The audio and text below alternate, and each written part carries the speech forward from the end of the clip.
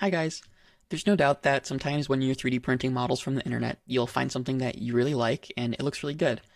And then when you go to print it out, there is some kind of text or logo on it. In the case of these two models, I have embossed and debossed text respectively. This is actually a logo. But the same kind of thing applies. I don't quite want this stuff on my final 3D print, so how do I remove it? You can't really do it that easily in Bamboo Studio because, this surface is kind of a little bit curved. And if I go to split it, there's nothing to split. So how do we do this? I like to use a tool called Meshmixer. It's largely been phased out in favor of Fusion 360, but it still works pretty well. So I'm going to open Meshmixer, and it's a very simple tool to use once you get the hang of it. So I will drag the STL file into Meshmixer, and this one's pretty simple. This one is embossed, and the 3D model creator hasn't actually unioned these items together, so it's very simple. I'm going to show the wireframe so we can see everything that we're doing. I'll go to Edit and Separate Shells. This is a little bit more powerful than the Separate tool in Bamboo Studio, but here we can see there is the main body and then there are a bunch of shells. We can get rid of these. We can select the main body, File, Export. It is that simple. Can handle.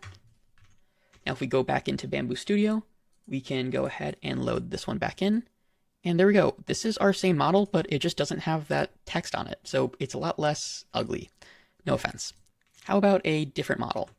Let's say I'm working on this case for my e-reader. I'll get rid of that. And here we have this logo. It is actually etched into the model, so there's not really any shell to separate. It's not two separate things. It's one thing, and there's been a logo cut out of this model physically. So how do we get rid of this? We're going to do something called generate face groups and then just erase and fill it. So we'll select this body, go to Edit, Generate Face Groups. Just kind of fiddle around with these sliders until you find that you get the biggest possible area of what you want to remove contained, and you can mess with this size threshold. So basically everything that is what you want to keep and everything that you want to remove is separate. For the purposes of demonstrating, I'm just going to keep it as several bodies so I can show you that you can select multiple. I'll hit accept. I'll go back to select, and I can double click on any of these areas and it automatically selects all these triangles. I don't have to manually brush them in. I can double click this one and this one and this one. I'll go to Edit, Erase and Fill. And this is going to be really slow because I'm on an Apple Silicon Mac, so Meshmixer isn't super optimized for this. It's a little bit slow, but basically, for things that are organically shaped, you'd use this default setting, Smooth MVC. For pretty much anything else that's flat, designed in a CAD software, you can use Flat Minimal or Flat Remeshed.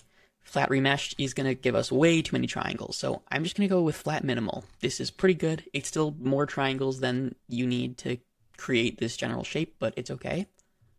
I'll click Accept, and if I hide the wireframe and clear the selection, you can see that that area is completely flat now. That's going to print without any logo in it. I can still file export it, and I'll call it just the back. If we go into Bamboo Studio, I can just load that right up. And as you can see, there is no more logo on that piece. So for reference, the original piece was this one. They are exactly the same. So there is no weird remeshing happening like if you loaded it into Tinkercad. It is just pure your edits added to the model, and we removed that logo. So in both of these cases, either in the simple case or the more advanced case, I was able to remove the text, and now I can print these models without worrying about that tacky text or logo being on there. I hope this helps you. Please use it responsibly, and have a good one.